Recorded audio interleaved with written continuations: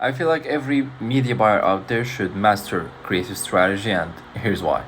To be honest, it's pretty easy to become a media buyer because when you think of it, it's pushing buttons pretty much.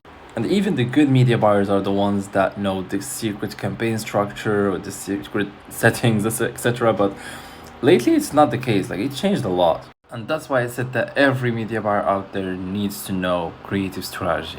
But what is creative strategy basically? Because at first it was hard for me as well as a media buyer to learn about creative strategy. But when you think of it, we are very qualified to learn creative strategy as media buyers because we know the numbers and we know what works and what doesn't. So here's how I learned creative strategy.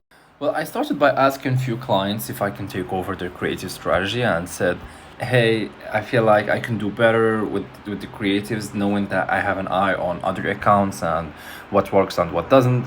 And I just started from there by just making suggestions, but just gonna show you a step by step on how I do my creative strategy. So basically, I start by creating a spreadsheet and just putting the brand and creative board because this spreadsheet is gonna contain every creative that we're gonna need, and this is how I organize all my stuff.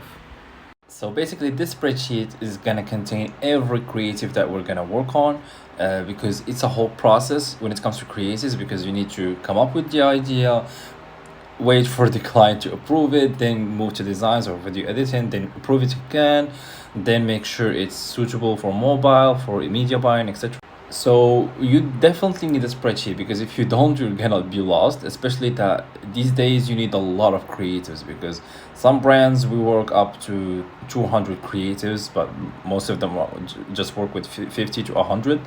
But even though 50 is a lot of videos and images to organize in one place.